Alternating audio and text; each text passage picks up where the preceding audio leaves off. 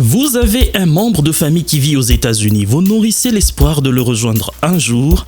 Cette vidéo est pour vous à coup sûr. Stay tuned. Bonjour à tous. La famille est sacrée. Ces moments de complicité, des disputes, ces joies, ces pleurs. La vie de famille est juste magnifique, sublime. Mais pour une raison ou pour une autre, vous avez immigré aux États-Unis et maintenant, vous voulez remonter le temps, vous voulez connecter le futur à votre passé. La question « Comment puis-je aider tel membre de ma famille à immigrer aux États-Unis, me rejoindre » vous taraude, vous agace. D'emblée, vous devez savoir que votre statut détermine quels parents, par exemple, peuvent être éligibles pour recevoir des prestations d'immigration. Pour aider un membre de votre famille à immigrer, vous devez avoir un des statuts suivants. 1. Citoyen américain. 2. Titulaire de la carte verte, cela veut dire que vous êtes légalement reconnu résident permanent. 3. Réfugié admis en tant que tel au cours des 2 dernières années ou demandeur d'asile ayant obtenu l'asile au cours des 2 dernières années.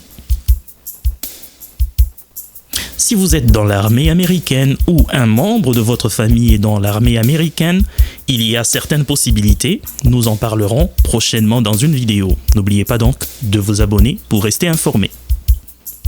Aujourd'hui, nous avons fait le choix des possibilités qui s'offrent aux résidents permanents, autrement dit titulaires de la carte verte. Si vous êtes résident permanent reconnu légalement en tant que tel, vous pouvez demander à certains membres de votre famille d'immigrer aux États-Unis et devenir à leur tour résident permanent et bénéficier de tous les droits que le gouvernement américain leur reconnaît. Si vous êtes détenteur de la carte verte, vous pouvez présenter une pétition pour les membres suivants de votre famille. 1. Conjoint, votre mari ou votre femme légalement reconnu comme tel. 2. Enfant célibataire et de moins de 21 ans. Et 3. Fils ou fille célibataire de tout âge. Pour obtenir une green card, la carte verte, pour le membre de votre famille, vous devez de prime abord fournir une preuve de statut qui vous donne le droit de faire la demande. Vous devez donc démontrer que vous êtes bien un résident permanent légal. Vous devez aussi soumettre une preuve admissible de la relation entre vous et le membre de la famille dont question. C'est par exemple un certificat de naissance, un certificat de mariage, un jugement de divorce, etc. Si vous avez légalement changé de nom, vous vous appeliez par exemple Mwamba, vous avez décidé qu'on vous appelle Macintosh désormais, vous serez obligé de soumettre une preuve de tout changement de nom légal pour vous ou un membre de votre famille, le bénéficiaire en l'occurrence.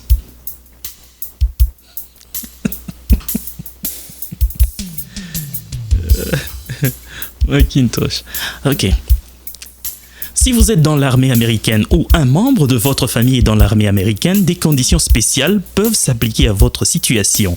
Dans la vidéo qui va couvrir cette section, nous en parlerons. Ce que vous devez savoir aussi, c'est qu'il y a des catégories de préférence qui peuvent jouer un certain rôle dans le processus.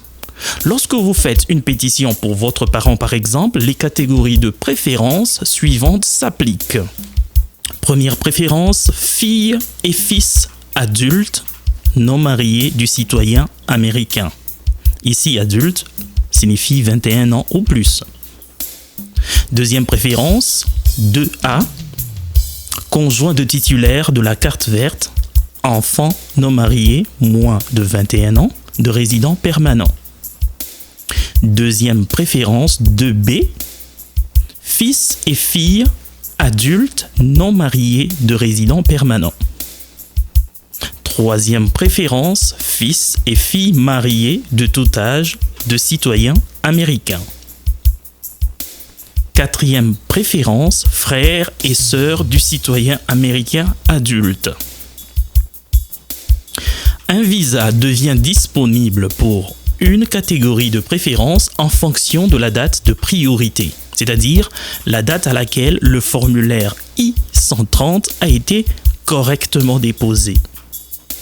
Après cela, que va-t-il se passer? Vous pouvez vous demander, si votre parent est déjà légalement aux États-Unis, il peut demander à ajuster son statut pour devenir résident permanent après qu'un numéro de visa soit disponible en utilisant le formulaire I-485. Demande d'enregistrement de résidence permanent ou d'ajustement de statut. Si votre parent est en dehors des États-Unis, votre demande sera envoyée au National Visa Center. Je prononce en français. NVC. En anglais, il prononce NVC. Alors, le NVC transmettra votre demande au consulat américain approprié lorsqu'un visa sera disponible et votre parent sera informé de la marche à suivre. Ce processus est appelé traitement consulaire. La catégorie de préférence du membre de votre famille déterminera combien de temps il devra attendre un numéro de visa d'immigrant.